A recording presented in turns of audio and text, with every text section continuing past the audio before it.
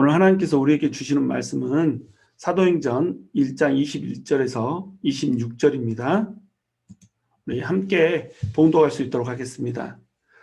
이러함으로 요한의 세례로부터 우리 가운데서 올려져 가신 날까지 주 예수께서 우리 가운데 출입하실 때에 항상 우리와 함께 다니던 사람 중에 하나를 세워 우리와 더불어 예수께서 부활하심을 증언할 사람이 되게 해야 하리라 하거늘 그들이 두 사람을 내세우니 하나는 바사바라고도 하고 별명은 유스도라고 하는 요셉이요 하나는 matti아라.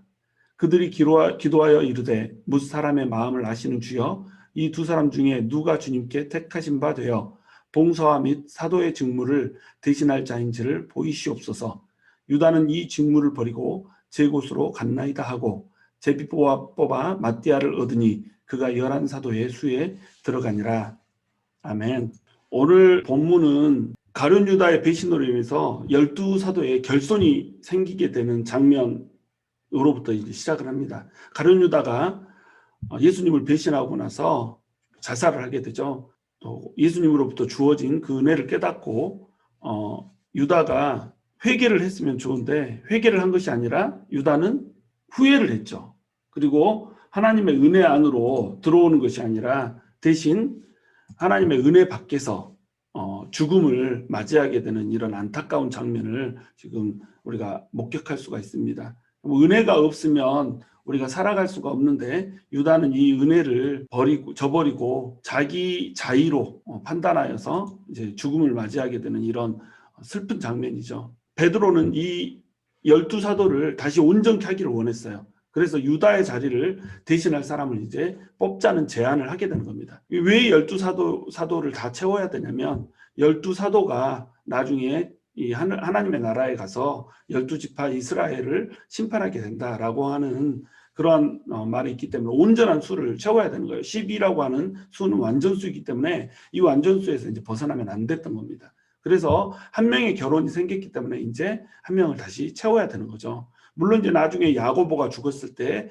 야고보의 결혼을 채우지는 않아요. 왜냐하면 야고보는 믿음에서 벗어난 자가 아니었고 끝까지 은혜 가운데 살다가 순교하여서 죽었기 다시 뽑지 않지만 가룟 유다 같은 경우에는 예수님을 배신한 이유로 그 자리에서 밀려나 버렸기 때문에 가룟 유다의 결혼을 채워야 했던 겁니다. 유다의 자리를 대신 채울 사도의 자격 요건은 두 가지가 있었어요.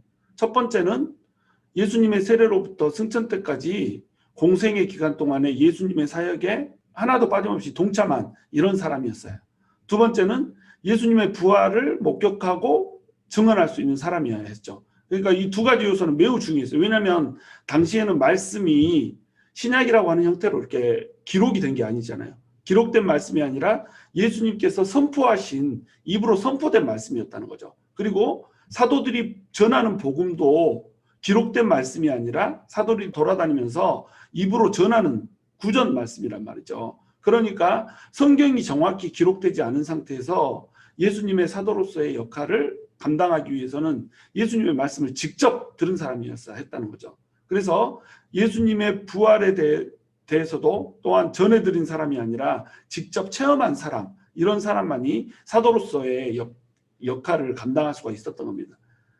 그래서 사도들은 예수님이 살아 생전에 직접 목격했고 예수님이 돌아가시고 나서 부활하여서 승천하시는 것까지를 완벽히 목격한 사람, 이 사람이 이제 사도의 자격으로 주어졌던 거죠. 그래서 사도들은 예수님 당시로부터 신약 성경이 기록될 때까지 말씀을 지키는 보존자였고 또 말씀을 전해야 되는 전수자였고 말씀을 선포하는 선포자 역할을 감당을 해야 했던 것이죠. 12번째 사도를 선택을 하는데 이 사도를 선택하는 방법은 지명과 제비뽑기라고 하는 두 가지 방법으로 진행을 합니다. 두 사람을 지명한 다음에 이 두 사람 중에서 누가 될까를 제비뽑기를 해서 선택하는 이런 방식으로 이제 선택을 한 거죠. 그래서 지명의 방식을 통해서는 사람들이 보기에도 정말로 예수님의 사도로서 부족함이 없다라고 하는 사람들을 선택을 했고 이 두 사람 중에 이제 누가 될지 이것은 하나님의 손에 맡겼던 겁니다. 말씀이 완벽하게 다 주어지지 않은 상황에서 제비뽑기라고 하는 이 수단이 구약시대는 자주 사용이 됐어요. 왜냐하면 제비뽑기에는 이렇게 눈이 없잖아요. 뭐가 사람의 의지가 들어가지 않잖아요. 온전히 하나님께 이제 맡기는 이런 일이었죠. 그래서 12번째 사도로 선택되기 위해서 지명된 두 사람은 요셉, 바사바라고 하는 사람과 마띠아였어요. 요셉이라고 하는 것은 이 사람의 원래 이름이었겠죠. 바사바는 별칭이었죠. 요셉이라고 하는 사람이 아마도 마띠아보다 좀 더 유명세가 있었던 것 같아요. 왜냐하면 요셉이라고 하는 사람을 더 많이 설명을 하고 있거든요. 본문에서. 요셉은 별명이 바사바였어요. 바사바는 안식일의 아들이란 뜻이거든요. 바가 이제 아들이란 뜻이잖아요. 바요나 시모나 할 때 요한의 아들 시모나 이렇듯이 바가 들어가면 전부 아들이란 말이에요. 아람어로. 사바는 사바스 아시잖아요. 사바스처럼 안식이란 뜻입니다. 그러니까 아마 이 사람이 안식일에 태어났겠죠. 그래서 초대 교부인 유세비우스의 기록에 의하면은 요셉은 불신자가 준 독을 마셨지만 아무런 해를 받지 않았다고 이렇게 기록을 하고 있어요. 마가가 예수를 믿는 자에게는 이런 표적이 따른다라고 얘기하면서 어떤 독을 마셔도 해를 입지 않는다 이 말이 나오잖아요. 어떤 독을 마셔도 해를 입지 않는다라고 하는 말이 사실은 없었던 말을 그냥 넣은 것이 아니라 요셉 바사바라고 하는 사람이 실제로 겪었던 일을 반영해서 집어넣은 거죠. 대단한 믿음의 사람이었던 거죠. 또 한편 유세비우스의 또 다른 기록에 의하면 마띠아라고 하는 사람은 예수님께서 파송한 70인의 제자 중에 한 명이었죠. 예수님께서 선택한 70인의 제자 중에 한 명이었으니까 얼마나 믿음이 좋았겠어요.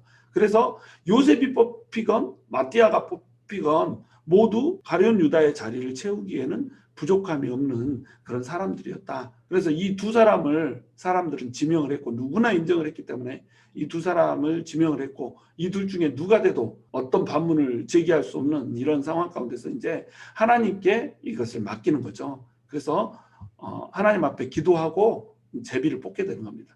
그래서 이 제비를 뽑았더니 이제 마띠아가 뽑히게 되는 거죠. 여러분 오늘 본문에서 우리가 찾아야 할 메시지가 있어요. 그건 뭐냐면 예수님의 증인이 될 사람의 자격이에요. 예수님의 사역을 경험한 사람, 예수님의 부활을 체험한 사람이 예수님의 증인이 될 수 있다는 겁니다.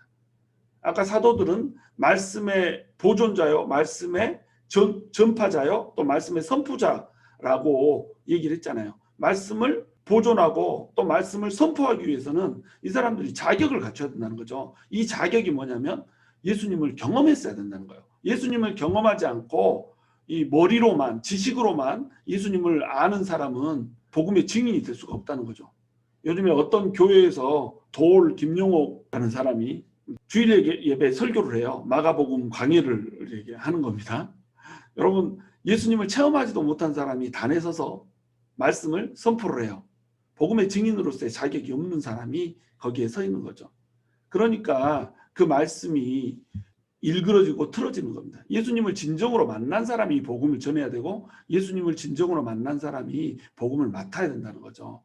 우리는 예수님을 진정으로 만나는 은혜를 체험을 해야 돼요. 우리는 선포된 말씀의 시대가 아닌 기록된 말씀의 시대를 살아가고 있어요. 그러니까 성경을 잘 공부하고 이해하면 누구라도 예수님에 대해서 얘기할 수는 있어요.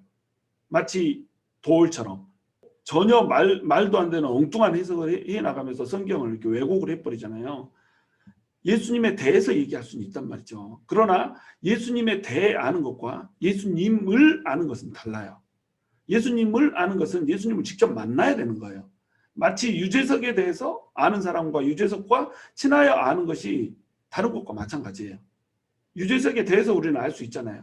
그러나 유재석을 우리가 진짜로 아는 건 아니잖아요. 만나서 친하게 뭐 밥도 같이 먹고 사우나도 가고 이렇게 해서 이렇게 알아야 되잖아요. 그것이 아는 거란 말이죠. 근데 예수님을 알 때 마치 성경책을 보고 눈 가리고 아웅하는 식으로 수박 겉핥기 식으로 체험하는 거 하나 없이 알고 이렇게 예수님에 대해서 말을 하면 그것은 전부 헛소리일 뿐이라는 거죠.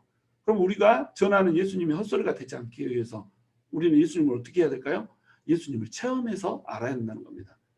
성경에 기록된 말씀을 자신의 삶 속에서 체험하고 경험한 사람이라만이 증인의 삶을 살 수가 있다는 거예요. 안 그러면 논쟁이 돼버리죠.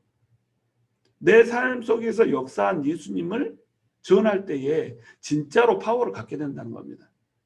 수많은 기독교인들이 제자훈련, 성경공부, 교육 프로그램 이런 것들을 통해서 말씀에 대한 지식을 쌓아가고 있지만 증인으로서의 삶을 살고 있지 못하는 이유는 뭐냐면 말씀이 내 삶 가운데서 만져지지 못하기 때문에 그래요. 말씀이 만져져야 된단 말이에요. 만져지지 않는 말씀, 지식으로만 아는 말씀, 머릿속에 머물러 있는 말씀, 이 말씀은 능력이 없다는 거죠. 그래서 여러분 천국과 지옥의 차이가 30cm라고 그러잖아요. 머리로 아는 예수님과 마음으로 깨달아 아는 예수님, 이 예수님 다르다는 거죠. 마음으로 깨달아 아는 예수님과 또 손으로 만져진 예수님은 또 다르다는 거죠. 이것이 삶 속에서 체험되고 만져진단 말이죠. 우리는 예수님 당시의 사람들처럼 직접 공생애를 체험할 수도 없어요. 그리고 부활을 목격할 수도 없습니다. 그러나 우리는 기록된 말씀의 시대를 살고 있기 때문에 예수님을 체험할 수가 있어요. 예수님께서 하신 말씀을 그대로 들을 수 있고 예수님께서 지상사역을 통해서 하셨던 일들을 또 비슷하게 체험할 수가 있어요. 요즘에 수백만, 수천만, 수억의 그리스도인들이 예수님을 만났다라고 얘기하잖아요. 인격적으로 예수님을 만났다라고 얘기하면서 삶 속에서 자신이 예수님을 만난 그런 경험들을 나눈단 말이죠. 지금도 예수님은 살아계신 예수님이라는 거예요. 우리 하나님은 죽은 자의 하나님이 아니라 산 자의 하나님이라는 거죠. 살아있는 자의 하나님이기 때문에 우리는 그 하나님을 만날 수가 있다는 겁니다. 또 부활하신 예수님께서 지금도 살아계셔서 함께 하신다는 것을 우리가 경험할 수가 있다는 거예요. 그러한 경험을 한 사람들은 삶의 방식이 달라질 수밖에 없습니다. 체험했으니까. 체험을 많이 하면 많이 할수록, 많이 만나면 많이 만날수록, 많이 만져지면 많이 만져질수록 우리의 삶의 방식이 달라질 수밖에 없다는 거예요. 우리가 애쓰고 우리가 노력하고 이래서 이 삶의 방식이 달라지는 것이 아니라 우리 안에 있는 예수님이 그냥 터쳐져서 나오는 겁니다.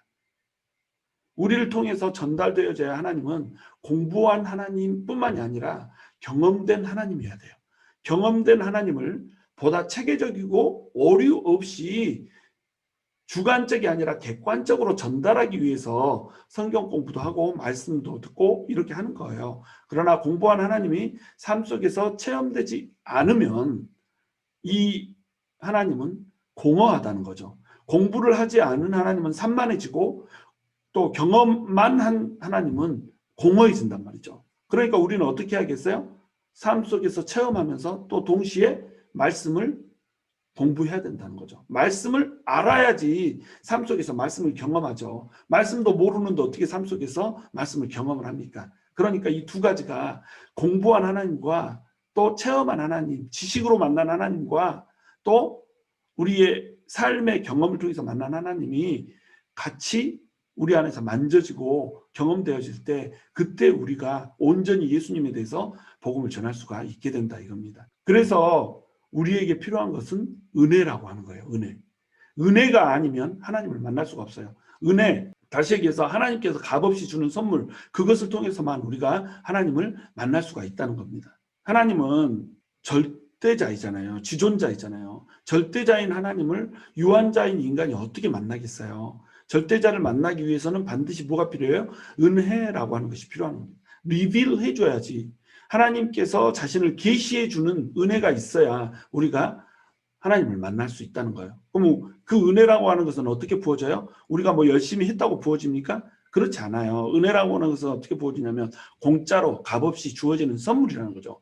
누구에게나 부어질 수 있다는 거죠. 그럼 이 은혜를 어떻게 받는 거예요? 은혜를 사모할 때 받는 거라는 겁니다. 여러분 오늘 제비 뽑기 할 때 밧사바가 아닌 마띠아가 뽑히잖아요. 밧사바가 아닌 마띠아. 왜 이 사도행전은 밧사바와 마띠아라고 하는 이름을 기록하면서 제비 뽑기를 했는데 하나님께서는 밧사바가 아닌 마띠아를 뽑았을까요? 밧사바라고 하는 사람도 정말 엄청난 믿음의 사람이었고 마띠아라고 하는 사람도 엄청난 믿음의 사람이었단 말이죠. 그래서 요셉 밧사바와 마띠아 중 누가 더 뛰어난 사람이었는지 우리는 알 길이 없어요. 유명세로나 기록된 내용으로 따지면 오히려 밧사바가 더 뛰어나요.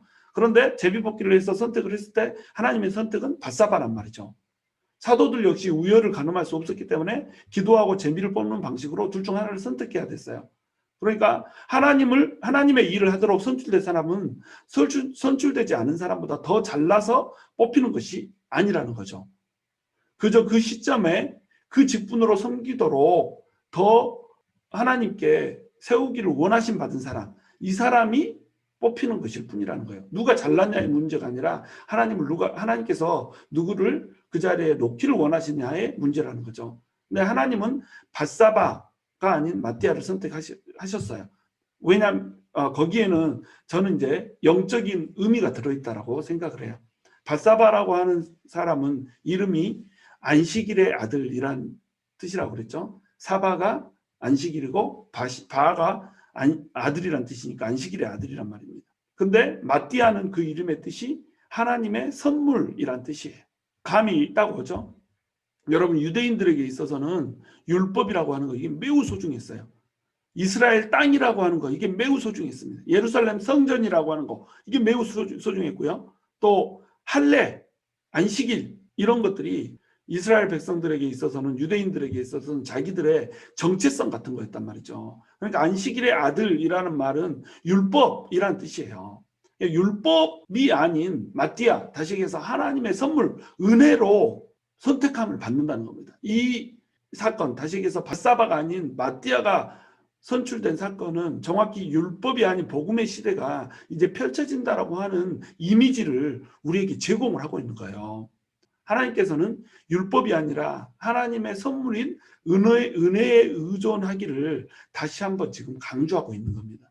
우리는 안식일을 잘 지키는 율법의 행위가 아니라 값없이 주신 하나님의 선물, 즉 은혜에 의해서 구원을 받았어요. 예수님은 율법의 시대를 끝내고 이제 은혜의 시대를 시작하고 있는 겁니다. 성령님이 우리에게 주어지고 나면 율법을 통해서 율법을 자기 열심으로 열심히 지켜서 자기 스스로 의의를 쌓아가지고 구원에 이르고자 했던, 그러나 끊임없이 실패했던 그 인간의 시대를 이제 종말을 구하고 하나님의 전적인 은혜로 구원을 얻는 그 시대로 우리는 접어들고 있다는 거예요. 여러분, 우리가 말씀을 읽을 때에 말씀 읽은 것이 우리에게 율법이 되면 안 된다는 거죠. 아까도 말씀드렸듯이 우리가 지식으로 아는 하나님은 율법이 되기 쉬워요. 하나님께서 성경에 이렇게 말했기 때문에 우리는 이렇게 살아야 됩니다. 그래가지고 내가 그 말씀을 살려고 애를 쓰고 발악을 하거든요. 그런데 그게 그렇게 사라지나요? 사라지지 않죠. 왜 사라지지 않냐면 우리 육신의 연약함을 갖고 있기 때문에 사라지지 않는다는 겁니다. 그렇게 사라지지 않는다는 겁니다. 그럼 우리는 이제 어떻게 해야 되나요? 우리는 은혜로 살아야 되는 겁니다. 하나님께서 부어주신 그 은혜를 우리가 만지고 체험해야지 하나님의 말씀대로 살 수가 있다는 거예요. 그래야 복음이 복음될 수 있고 말씀이 말씀될 수가 있다는 거예요. 그래야 우리가 증인된 삶을 살 수 있다는 거죠. 성령의 시대에는 율법이 아닌 전적인 하나님의 은혜가 집중 조명을 받아야 돼요. 즉 하나님의 이 성령의 시대에는 밧사바가 아닌 마띠아의 시대가 새롭게 열린 시대라고 하는 것이죠. 우리는 자신의 열심으로 살면 안 돼요. 자기의 의로움으로 살아도 안 돼요. 내가 막 열심히 살려고 하는 것은 하나님의 빛, 성령의 빛을 우리 안에 가둬두고 마치 기드온의 그 항아리가 횃불을 속에 담고 있는 것처럼 그런 모양새가 되는 거예요. 여러분, 기드온이 18만 5천 명과 싸움을 할 때 항아리 속에다가 횃불을 담고 있다가 소리를 지르면서 횃불을 깨잖아요. 그러면서 빛이 드러나거든요. 이 항아리가 의미하는 것이 바로 우리 자아입니다. 자아. 우리 자아를 깨트려야 된다는 거죠. 하나님의 성령의 빛, 예수님의 그 빛 대신 예수님의 빛을 가로막고 있는 우리 자아를 깨트려야 비로소 하나님의 은혜의 빛이 드러나는 거예요. 그래서 복음의 증인이 될 수가 있다는 겁니다. 그러니까 우리는 자신의 의로움이 아닌 하나님의 은혜에 집중을 해야 된다는 거예요.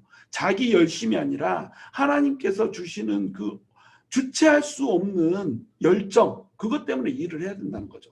내 열심이 아니라는 거예요. 하나님께서 안 하면 안 될 것 같은 불타는 마음을 주셔야 된다는 겁니다. 하나님의 은혜가 아니고서는 우리는 도무지 하나님의 나라에 도달할 수가 없어요. 하나님의 은혜가 아니고서는 우리는 하나님의 일을 도무지 할 수 없어요. 하나님의 은혜가 아니기 때문에 우리가 번아웃되고 지치고 또 하나님의 은혜가 아니기 때문에 우리가 하나님의 말씀대로 산다고 하면서 오히려 내지 않아야 될 소음을 내는 자리에 서게 된다는 겁니다. 우리의 행위, 우리의 헌신, 우리의 의로움, 우리의 힘, 우리의 지혜, 우리의 자랑, 이 모든 것들이 하나님의 은혜 뒤에 감춰져야 된다는 거예요. 우리에게는 선한 것이 하나도 없고 자랑할 만한 의의도 없어요. 오직 은혜만이 우리를 하나님의 자녀되게 하고 하나님의 자녀답게 살게 할 수가 있어요. 그러므로 우리는 그분의 은혜를 사모해야 돼요. 은혜 없이 길을 쓰고 말씀을 실천하려고 하다 보면 어느덧 율법주의에 빠져버려요.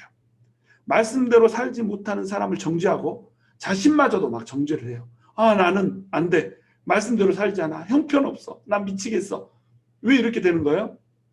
나는 죽어야 돼. 내가 과연 예수를 믿기는 믿는 걸까? 하나님이 날 사랑하기는 하는 걸까? 이렇게 사는데 하나님이 스틸 날 사랑할까? 이게 전부 밧사바라는 거예요. 이 밧사바가 아닌 마띠아를 우리가 선택을 해야 되는 겁니다. 마띠아. 말씀의 지식에 은혜가 임해야 돼요. 그러면 말씀대로 사는 것이 너무나도 자연스러워져요.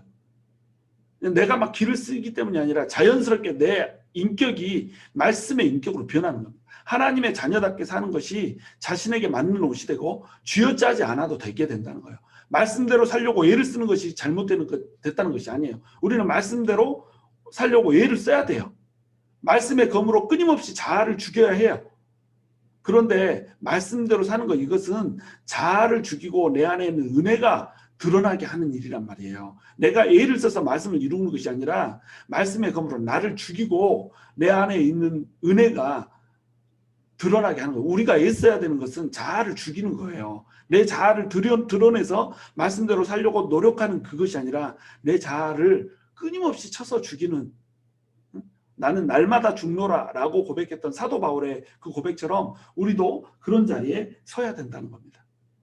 은혜 없이 우리가 일을 하게 되면 맞지 않는 옷을 입은 것처럼 어색하고 많은 부작용을 낳게 된다는 거예요. 어글리해진다는 겁니다. 그런데 은혜가 임하면 말씀을 위한 분투가 자기 오신 것처럼 자연스러워져요. 말씀대로 사는 것이 멍해가 아닌 기쁨이 돼요.